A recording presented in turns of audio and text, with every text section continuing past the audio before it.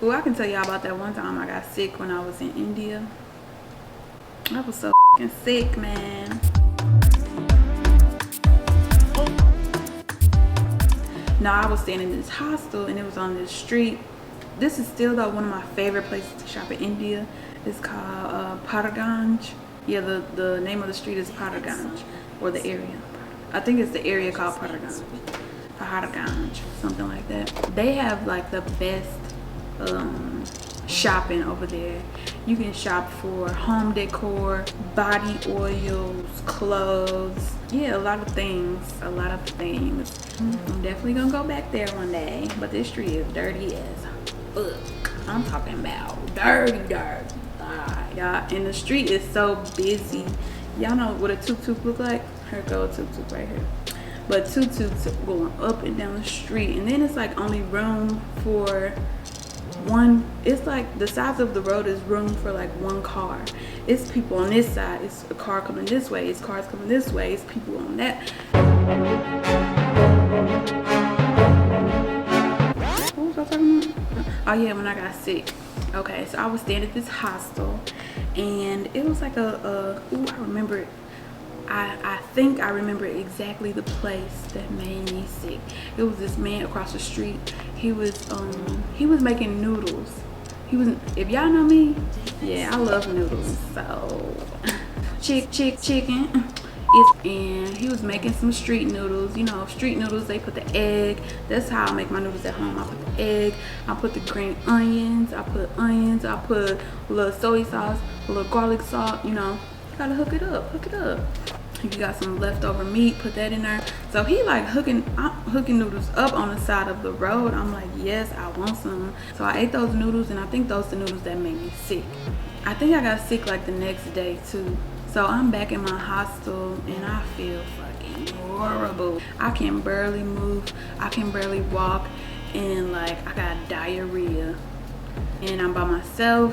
There's other people in there, but there's not anybody who I could like, I don't know. It was just a whole bunch of foreigners, a whole bunch of other foreigners from other countries, and it was a real small hostel too. And then the people that worked there, they weren't really like helpful, and yeah. So yeah, and then on top of that, yeah, it was horrible. So I'm sick. Fortunately, when I first got there, a couple days after, I met this woman.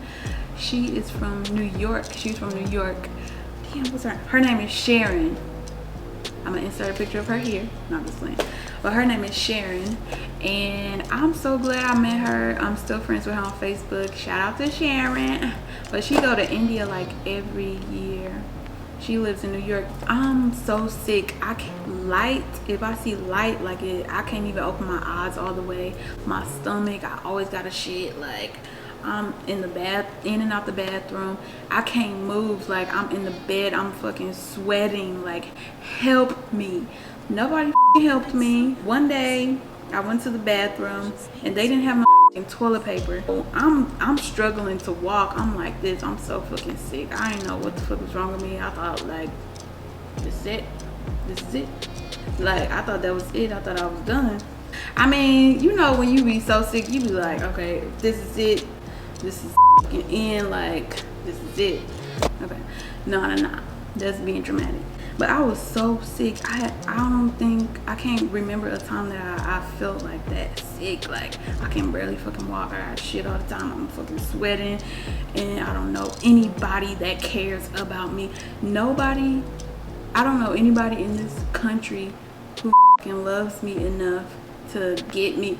I was so fucking sick. I couldn't even book another place because I would have to get all my stuff and go, because I couldn't carry nothing. If I tried to pick something up, I'd probably shit on myself and throw up. So I went to the bathroom. They didn't have no toilet paper, so I had to go downstairs, and I'm fucking sick. And I go downstairs and I ask them for toilet paper, and they so fucking dry and not helpful at all. If y'all ever been to like I don't know, in a lot of the Asian countries, they don't really use toilet paper because they have like the sprayer,